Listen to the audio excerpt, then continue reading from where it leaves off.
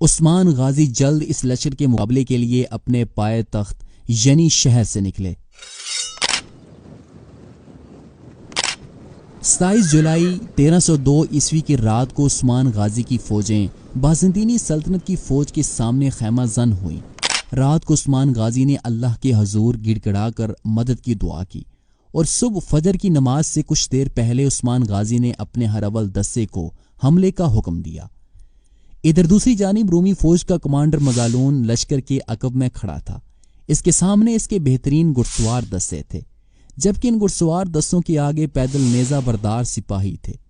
یوں رومی کمانڈر مظالون نے عثمان غازی کے ابتدائی حملے کو روکنے کے لیے اپنے نیزہ برداروں کو سب سے آگے رکھا ہوا تھا، تاکہ وہ عثمان غازی کے سپاہیوں کو ایک ہی جھٹکے میں روک سکیں۔ جب عثمان غازی کا ہرول دستہ رومی فوج سے مقابلے کے لیے لشکر کے پاس پہنچا تو اس وقت رومی کمانڈر مظالون نے ایک چال چلی۔ اس نے سب سے پہلے تو عثمان غازی کے حملے کا انتظار کیا۔ جیسے ہی عثمان غازی کا ہرول دستہ اس کے پیدل دستے کے ساتھ ٹکرایا تو اس نے اس موقع کا فائدہ اٹھاتے ہوئے اپنے بہترین گھڑسوار دستوں کو دائیں اور بائیں جانب سے عثمان غازی کے ہرول دستے کو گھیرنے کے لیے روانہ کر دیا، جبکہ اس دوران رومی فوج عثمان غازی کے ہرول دستے کو روکنے میں کسی حد تک کامیاب ہو چکی تھی۔ عثمان غازی دور کھڑے جب انہوں نے دیکھا کہ رومی فوج کے گھڑسواروں نے دائیں اور بائیں جانب سے عثمان غازی کے ہرول دستے کو گھیر لیا ہے تو عثمان غازی اپنی باقی ساری فوج کے ساتھ میدان جنگ میں اترے۔ عثمان غازی نے اپنے گھڑسواروں کے ساتھ رومیوں پر سخت ترین حملہ کیا۔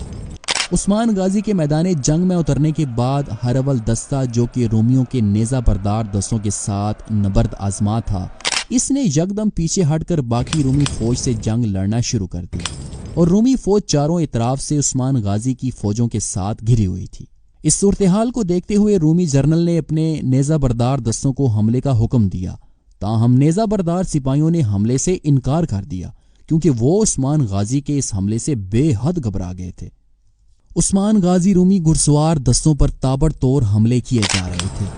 میدان جنگ میں ڈھالیں ٹوٹ رہی تھیں، گھوڑے ایک ایک کر کے گر رہے تھے۔ اس دوران ایک بار پھر رومی کمانڈر نے اپنے پیدل دستوں کو حملے کا حکم دیا، لیکن اس بار پھر پیدل نیزہ بردار سپاہیوں نے حملے سے انکار کر دیا، بلکہ وہ عثمان غازی اور ان کے سپاہیوں کے ہاتھوں مرنے والے اپنے ساتھیوں کو دیکھ کر گھبرا گئے، اور انہوں نے ڈھالیں وہیں پھینکیں اور میدان جنگ سے بھاگ نکلے۔